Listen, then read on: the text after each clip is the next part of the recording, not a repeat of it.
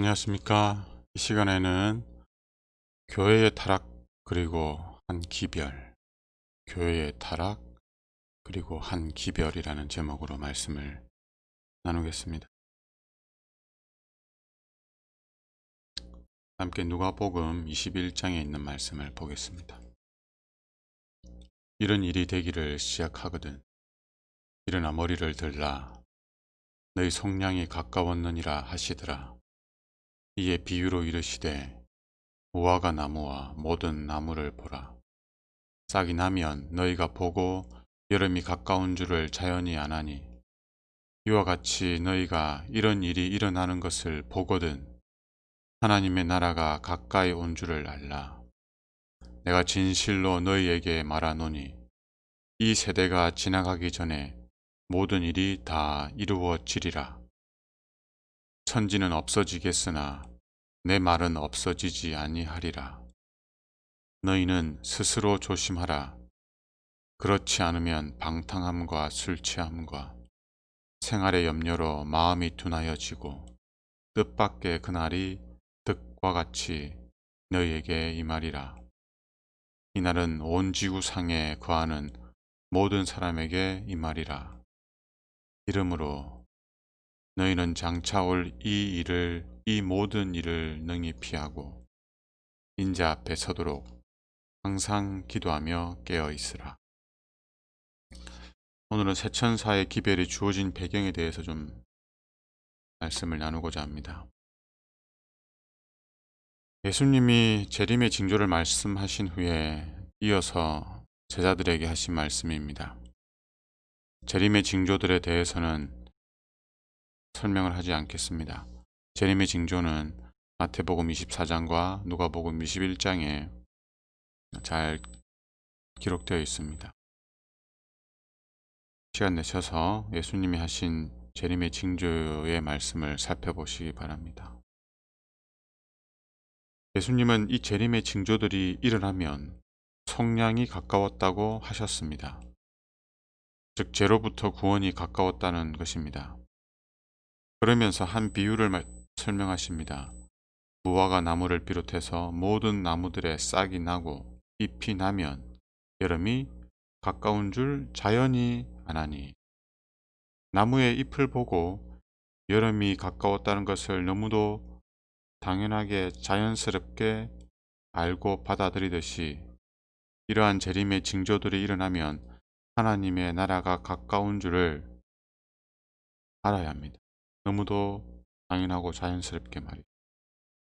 징조들을 보고 재림이 가까운 줄 알라는 것입니다. 그냥 알고만 있으라는 것이 아니라 재림을 준비하라는 의미입니다.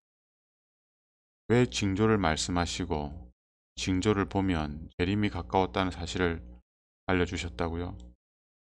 재림을 준비하라고. 그리고 재림을 준비시키라고. 이렇게 말씀하셨음에도 불구하고 많은 사람들이 재림이 아직 먼 것처럼, 재림과 상관없는 것처럼, 혹은 재림 준비가 되지 못했음에도 불구하고 재림 준비를 한 것처럼 살아갈 것을 아셨기 때문에 이 경고의 말씀을 주신 것입니다.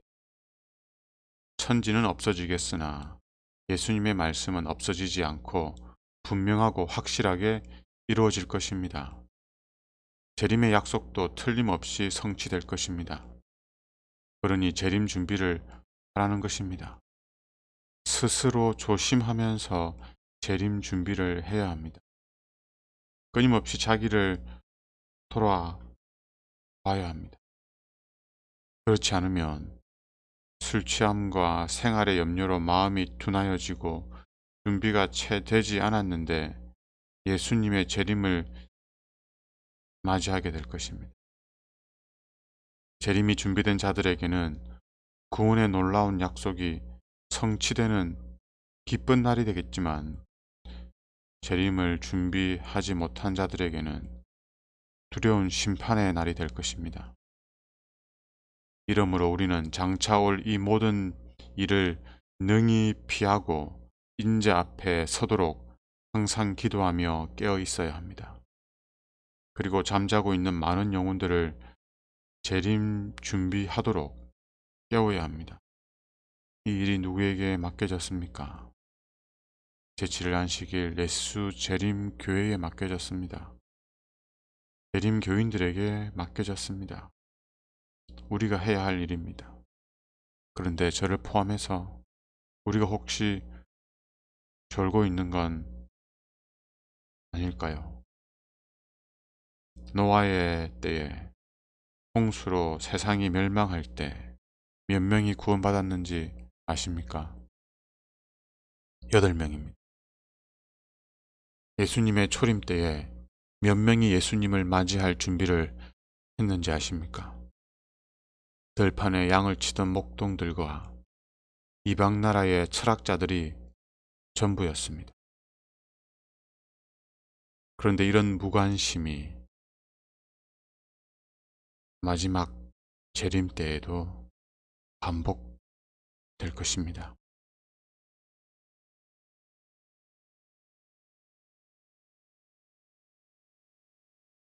마태복음 24장 37절 39절입니다. 노아의 때와 같이 인자의 임함도 그러하리라. 홍수 전에 노아가 방주에 들어가던 날까지 사람들이 먹고 마시고 장가들고 시집가고 있으면서 홍수가 나서 그들을 다 멸하기까지 깨닫지 못하였으니 인자의 임함도 이와 같으리라.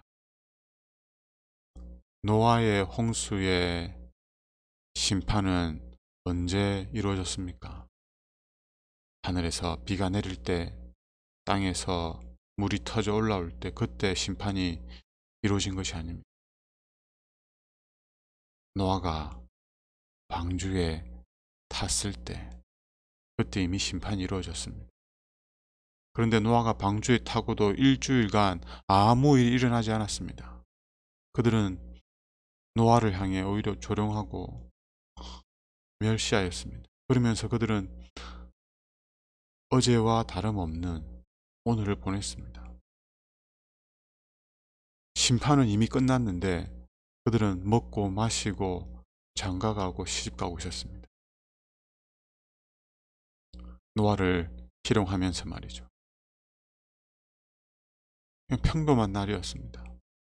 그러나 심판은 이미 끝났고 그들의 운명은 결정 지어졌습니다. 근데 예수님의 재림의 때도 이와 같을 것이라고 말씀하셨습니다. 이와 같으리라. 왜 그렇습니까? 교회가 하늘보다는 세상에 더 마음을 두고 있기 때문입니다. 교회의 역사를 돌아보면 교회가 부흥하고 타락하고 다시 부흥하고 다시 타락하는 일을 반복하는 것을 보게 됩니다. 교회 사를 돌아봐도 그렇지만 한 개인의 삶의 신앙의 여정을 봐도 그럴 겁니다. 부흥과 타락의 반복은 교회가 선악의 대쟁투 속에 있다는 사실을 반증하는 것입니다. 사탄은 절대 순수한 진리 그대로를 보존하고 지키고 전하는 순종하는 하나님의 교회와 성도들을 가만히 두지 않습니다. 말씀 그대로의 진리를 지켜 순종하는 자들, 하나님의 계명을 사람의 전통과 교회의 근위보다 더 높이는 자들에게 사탄은 모진 고통과 핍박을 가하면서까지 믿음을 포기하도록 합니다. 그 일을 누가 앞장서서 합니까? 교회가 그 일을 합니다.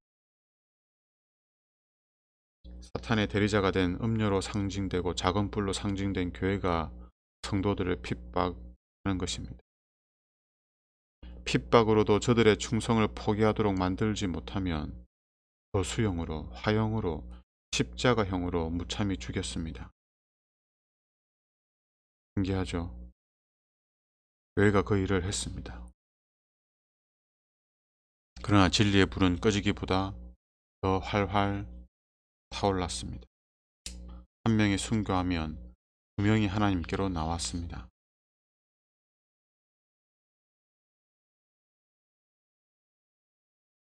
폭력으로 그리스도 교회를 멸하려던 사단의 노력은 허지로 돌아갔다. 복음은 끊임없이 전파되었고 믿는 자의 수요는 더욱 증가되었다. 계속하여 박해하기를 주장하는 이방인 통치자들에게 어떤 그리스도인은 다음과 같이 간언하였다. 당신들은 우리를 죽이고 고문하고 정죄할 수 있을 것이다.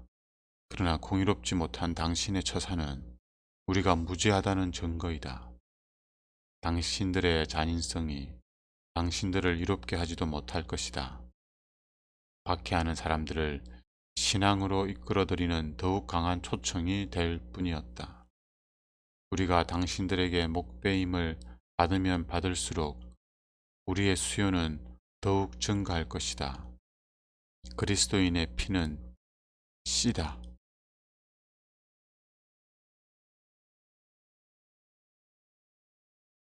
한 말씀 더 보겠습니다.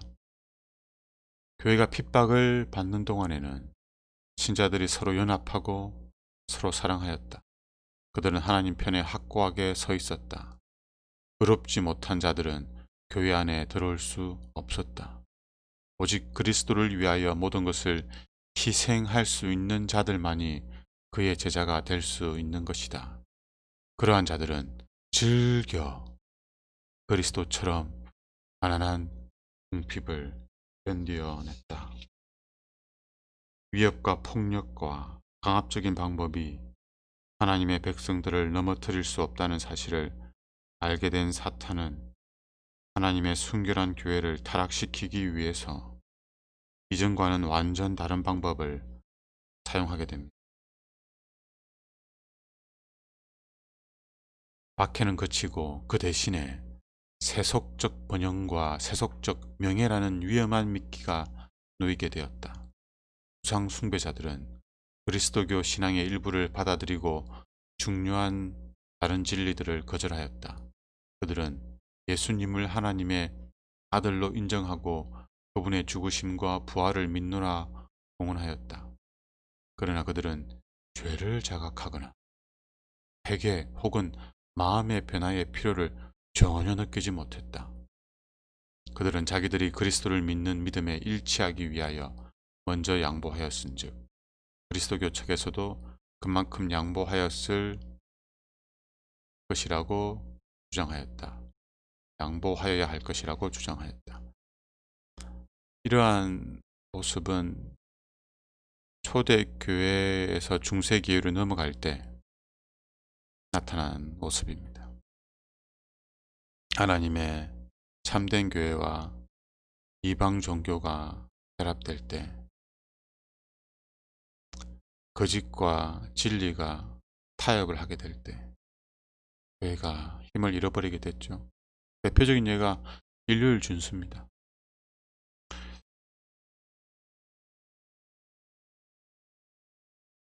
말씀 더 보겠습니다. 중세교회가 타락하였으나 하나님께서 하나님의 충성된 몇 사람을 일으켜 종교개혁을 일으키게 합니다.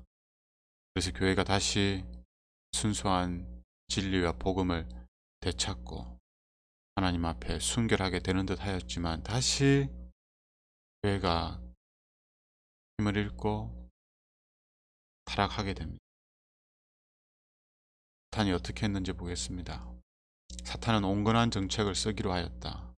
그는 증오심을 억누르면서 사탄이요 교회를 넘어지게 하기 위해서 절제를 합니다. 증오심을 억누르면서 사탄도 이렇게 하면서까지 교회를 교회를 타락시키려고 하는 것. 증오심을 억누르면서 자기 부하들에게 성도들에게 혹독한 핍박을 가하지 않도록 타이르고 그 대신 교회로 하여금 구원을 베풀어주는 믿음 대신에 온갖 종류의 간섭들에 얽매이도록 이끌었다. 그가 교회로 하여금 세상의 영화와 부귀를 받아들이게 해서 교회가 유리한 입장에 놓인 것처럼 보이게 했으나 실은 점점 하나님의 은총을 잃어버리기 시작했다. 세상 친구들과 연락을 사랑하는 자들을 막아주는 한결같은 진리를 선포하는 일을 멀리함으로 인하여 교회는 점차 능력을 상실해 갔다. 생명을 희생하면서까지 진리를 수호하던 하나님의 교회가 타협과 세속화로 인해 그 순결과 거룩함을 잃어갔습니다. 엘렌 하이트는 타락한 교회를 이렇게 묘사합니다. 나는 아주 많은 무리가 그리스도의 이름을 공언하지만 하나님께서는 그들을 당신의 소유로 여기지 않는 것을 보았다. 그분은 그들을 조금도 기뻐하지 않으신다. 사단은 종교적인 심리를 이용하여 사람들로 하여금 자기들이 그리스도인이라고 생각하도록 조장하였다. 그는 그들이 심지어 예수님을 믿고 그분이 십자가에 못 박혀 죽으신 사실과 그의 부활까지 믿게 되기를 바랬다. 사단이 뭘 바랬다고요? 교인들이 예수님을 믿고 예수님이 십자가에 못 박힌 것을 믿고 예수님이 부활하신 것도 믿기를 바랬습니다. 그러면서 나는 교인이야, 그리스도인이야 라고 생각하도록 만든 거예요. 사탄과 그의 천사들도 이 모든 것을 믿고 두려워 떤다. 이 마귀의 믿음이에요. 마귀도 가지고 있는 믿음이에요. 그럼 어떤 믿음이 우리에게 있어야 합니까? 그러나 만일 이 믿음이 선한 일을 행하도록 영향을 미치지 못하고 그리스도와 같이 자기를 부인하는 생애를 사는데 아무런 도움도 주지 못하면 사단은 전혀 불안해하지 않는다. 왜냐하면 그러한 자들은 그리스도의 이름만을 지칭하고 자칭하고 그들의 마음은 아직도 육에 머물러 있기 때문에 그들이 공언하지 않을 때보다 더 사탄이 그들을 잘 이용할 수 있기 때문이다. 그들은 자기들의 결함을 그리스도의 이름으로 감추고 그들의 성화되지 못한 성품들을 그대로 간직하고 있을 뿐 아니라 그들의 악한 충동을 제어하지 않는다. 왜요? 나는 교인이니까, 나는 그리스도인 만족하는 겁니다. 우리의 믿음은 우리의 성품의 변화로 나타나야 합니다. 그렇지 않은 믿음은 안식일을 얼마나 지키든지 헌금을 얼마나 내든지 예수님이 십자가에 달려 돌아가셨고 예수님이 부활하셨다는 사실을 얼마나 확실하게 믿든지 그것이 우리를 보내주지 못합니다. 내 믿음은 우리를 예수님처럼 살도록 하는 것입니다. 교회가 세상의 빛이 되어서 하나님께 영광이 되어야 하는데 오히려 수치와 비난거리가 되고 있습니다. 교회가 세상을 정죄해야 하는데 세상이 교회를 판단하고 교회가 세상의 법정에서 재판을 받고 있습니다. 교회가 사랑으로 연합하고 진리로 거룩해져야 하는데 끊임없는 다툼과 분열이 일어나고 있고 세속의 파도에 휩쓸려 가고 있습니다. 우리도 모르는 사이에 우리는 교회 안에서 스파이의 역할을 하고 있는지도 모릅니다. 그 누구도 나는 사탄의 종노릇을 하기를 원한다 라고 하지 않을 겁니다. 그러나 우리의 결함들로 말미암아 성품의 결함들로 말미암아 시기와 질투와 오해로 말미암아 더 높고자 하는 교만으로 말미암아 사탄의 종노릇을 하고 있는지도 모릅니다. 교회 안에서 겸손과 헌신의 정신이 교만과 형식주의로 바뀌어지고 있는 동안 그리스도에 대한 사랑과 그분의 재림에 대한 믿음은 점점 식어져 버렸다. 소위 하나님의 백성이라고 자부하는 자들이 세속적 욕심과 향락을 구하는 일에 몰두되어 구주의 재림의 징조들에 대한 교훈에는 소경이 되어버렸다. 재림의 교리는 등한히 여겨졌고 재림에 관한 성경절들은 복회로 가리워져서 마침내 그것들은 거의 대부분 무시되고 잊어버린 바 되었다. 특별히 그와 같은 현실은 미국의 각 교회들에 있어서 그러하였다.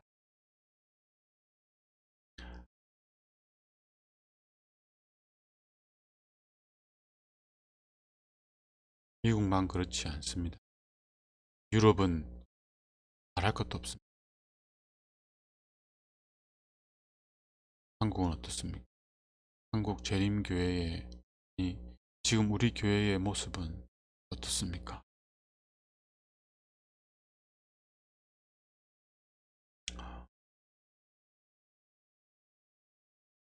제가 꼭 제 경험만 해당되는 것은 아닙니다만 틀린 설교를 하면 뭐라 하는 분들이 없습니다. 왜냐하면 틀린 줄 모르기 때문입니다. 그런데 옳은 설교를 하면 한마디씩 합니다. 물론 제 앞에서는 그러진 않죠. 저희 집사람에게 하거나 자기들끼리 하거나 마음으로 합니다. 왜요? 마음이 불편하거든.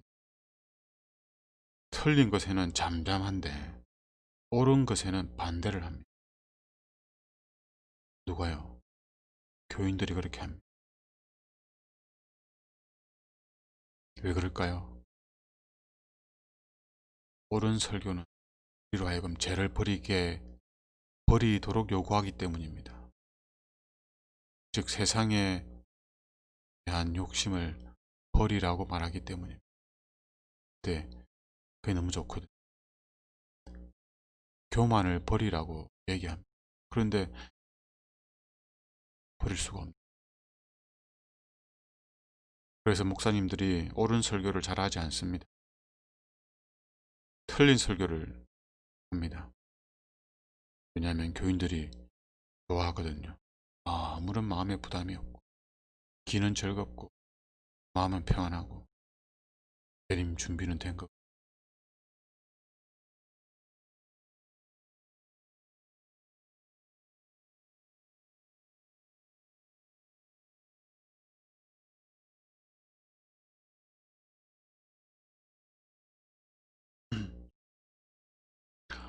사회의 각 계급에서 누리는 자유와 안락, 부와 사치에 대한 욕망은 사람들로 돈 버는 일에 몰두하게 하고 모든 사람이 다 자기의 손에 넣을 수 있을 것처럼 보이는 명예와 권력에 대한 열렬한 욕망은 사람들로 하여금 그들의 흥미의 중심을 이 세상의 사물에 두게 하고 현세의 모든 사물을 파괴해버릴 그 엄숙한 날이 아주 먼 장래의 일로 제쳐놓게 하였다. 마치 노아의 때와 같이 세속적 업무와 향락을 구하는 일, 또 사고 팔고 심고 집 짓고 장가가고 시집가면서 하나님과 내세는 잊어버리게 될 것이다.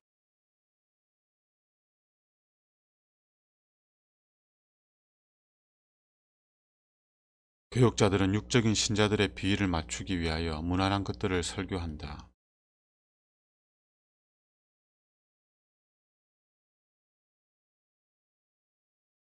그들은 감히 예수와 성경상의 명료한 진리를 설교하지 못한다. 왜냐하면 그렇게 하게 되면 이 육적인 신자들이 교회 안에 더 이상 남아 있지 않을 것을 두려워하기 다. 말씀드려 보겠습니다. 예수를 믿는 것은 세상의 안목으로 볼 때 인기 있고 영화로운 것으로 보이게 된다. 흔히 사람들은 신앙을 공언하는 자들은 세상에서 존귀를 받는다고 말한다. 그러한 가르침은 그리스도의 교훈과 판이하게 배치된다. 쉽게 말하면 교회 다니면 복 받는다는 거예요. 교회 다니면 일이 잘 된다는 거예요. 교회 다니면 자녀들이 잘 된다는 거예요. 교회 다니면 땅에서 부귀 영화를 누린다는 거예요. 그분의 교리는 세상과 결코 합하여질 수 없다. 그를 따르는 자들은 세상을 버리기 마련이다. 그를 따르는 자들은 세상을 버리기 마련이다. 타협은 사단과 그의 천사들에게 유리한 것이다. 타협은 사탄으로부터 말미암아 유리한 것입니다. 만일 진리가 본래의 순결함으로 돌아간다면 이러한 부류의 사람들은 즉시 교회를 떠나게 될 것이다. 교회가 진리를 소유하게 되면, 그리하여 교회가 살아있고 생명을 소유하게 되면 그 교회를 찾아온 죄인의 반응은 둘 중에 하나입니다. 예수님을 믿음으로 회개를 하고 새 사람이 되든지, 아니면 죄를 쫓아 교회를 떠나게 되어 있습니다. 부자 법관이 대표적인 예입니다. 젊은 부자 법관이 예수님에게 나왔지만 예수님의 요구가 그로 말미암아 거룩하게 되고 순결하게 되고 하늘의 합한 자가 되게 할 수 있었지만 그는 그것을 거부하고 예수님을 떠나게 됩니다. 하늘을 눈앞에서 놓친 것.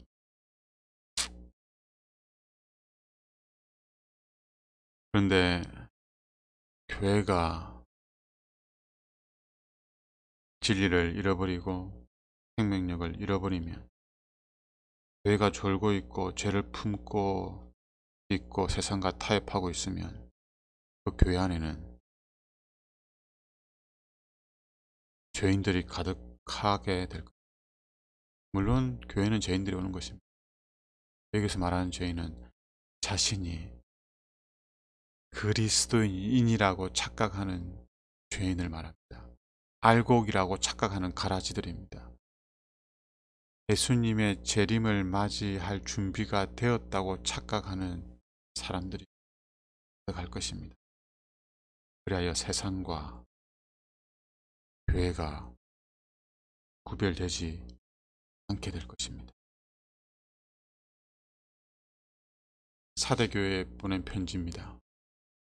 사대교회의 사자에게 편지하라. 하나님의 7영과 7별을 가지신 이가 이르시되 내 행위를 아노니 네가 살았다 하는 이름은 가졌으나 실은 죽은 자로다.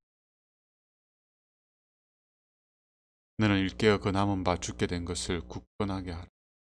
네 하나님 앞에 내 행위의 온전한 것을 찾지 못하였노니 그러므로 네가 어떻게 받았으며 어떻게 들었는지 생각하고 지켜 회개하라. 아니, 일깨지 아니하 회개하지 아니하면 내가 도둑같이 이르리니 어느 때에 내게 이르는지 내가 알지 못하.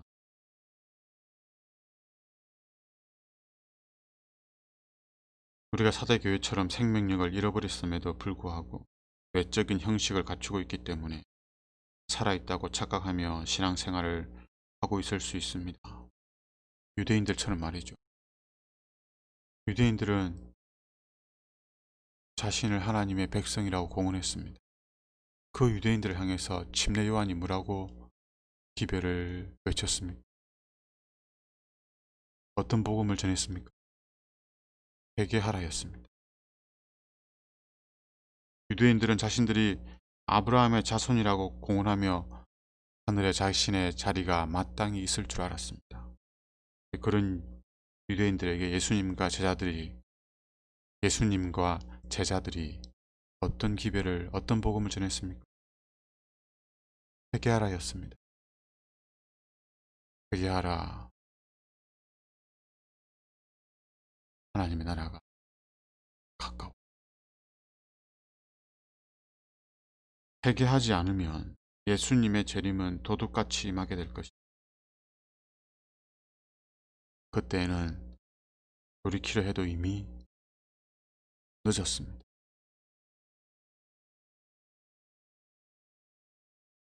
요엘서의 말씀입니다.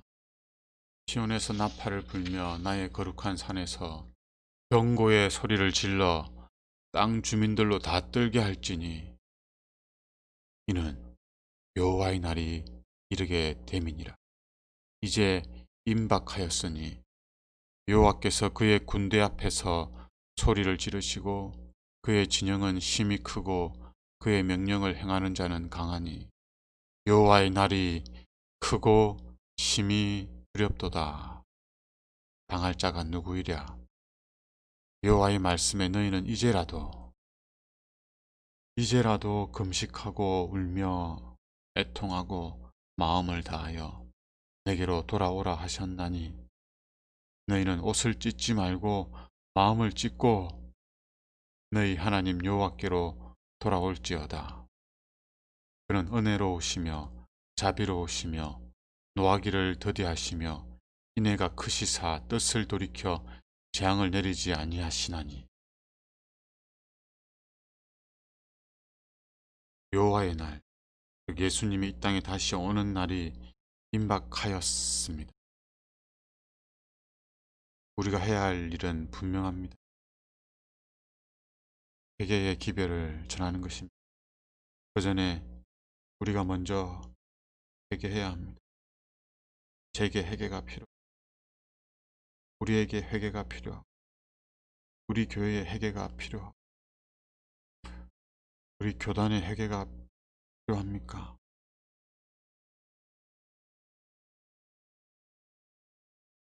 우리에게 왜 회개가 필요합니까? 어쩌면 아직도 우리가 세상을 사랑하고 배를 사랑하고 자기를 사랑하고 있는지 모릅니다. 여전히 하나님의 거룩한 율법에 온전히 순종하지 못하고 있기 때문인지 모릅니다. 재림을 기다리노라 공언하는 우리가 그럴지도 모릅니다. 이러한 때를 위해서 하나님께서 마련하신 기별이 있습니다. 그것이 바로 새천사의 기별입니다.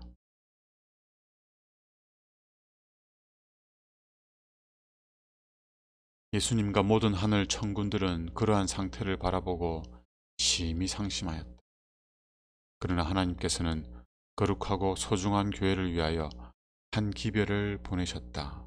만일 이 기별이 받아들여진다면 교회 안에 영적 개혁이 일어나 위선자들과 죄인들을 일소에 버릴 산 증거가 소생할 것이며 교회는 다시금 하나님의 총애를 받게 것이다. 이 기별이 받아들여지면 교회 안에 영적 개혁이 일어날 것입니다. 이 기별을 우리가 알아야겠죠. 이 기별이 무엇인지 비슷한 설명을 하고 있는 한 말씀을 더 보겠습니다. 하나님의 날에 요엘서에서 했던 말이죠. 예수님의 재림의 날에 설 수 있는 백성들을 준비시키기 위하여서는 하나님의 큰 개혁이 이루어져야 할 것이다. 당신의 백성이라고 공언하는 사람들 중에 대부분이 영원한 것을 위하여 준비하지 않고 있음을 보신 하나님께서는 당신의 자비로서 그들을 혼수 상태에서 깨워 주님의 재림을 위하여 준비를 갖추게 하시고자 경고의 기별을 보내실 것이었다. 교회가 예수님을 맞이할 준비를 해야 하는데 다 자고 있는 겁니다. 예수님의 재림을 준비하기 위해서는 교회 안에 개혁이 있어야 됩니다. 이 개혁을 이루기 위해서 경고의 기별을 하나님께서 준비하신 거예요. 이 기별이 교회로 말미암아 개혁하게 하고, 개혁한 교회는 예수님을 맞이할 준비를 할 수 있게 되는 것입니다.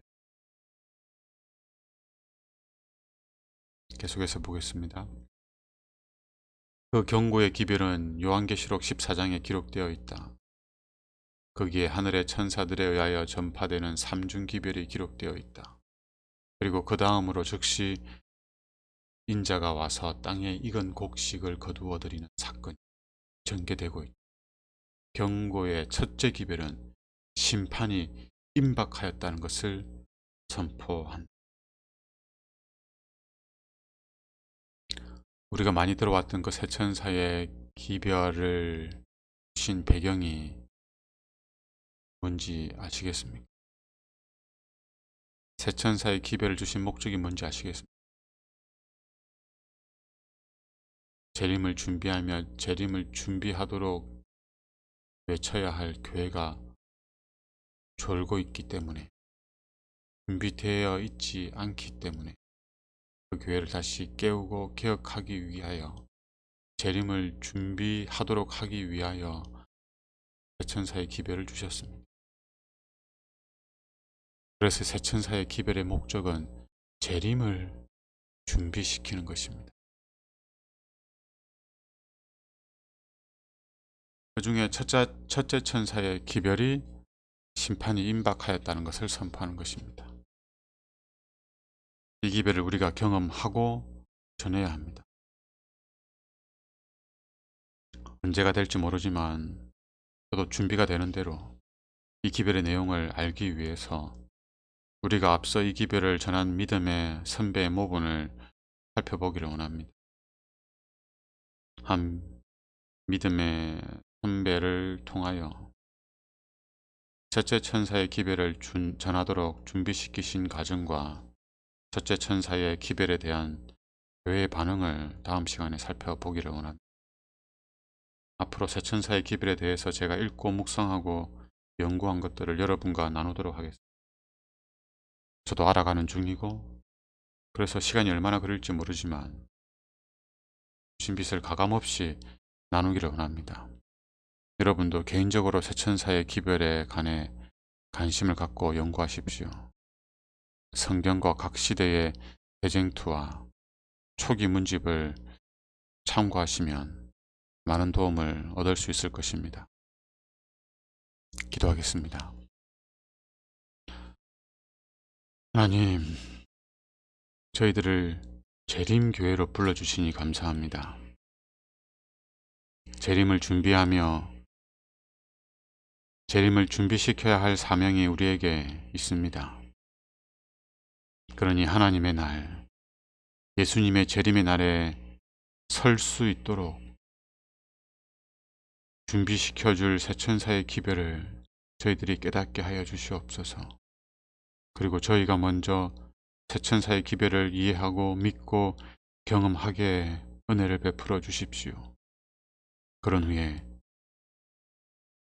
우리 각자에게, 우리 가정에, 우리 교회에 영적 개혁이 일어나도록 은혜를 부어 주옵소서. 예수님 이름으로 기도드립니다. 아멘.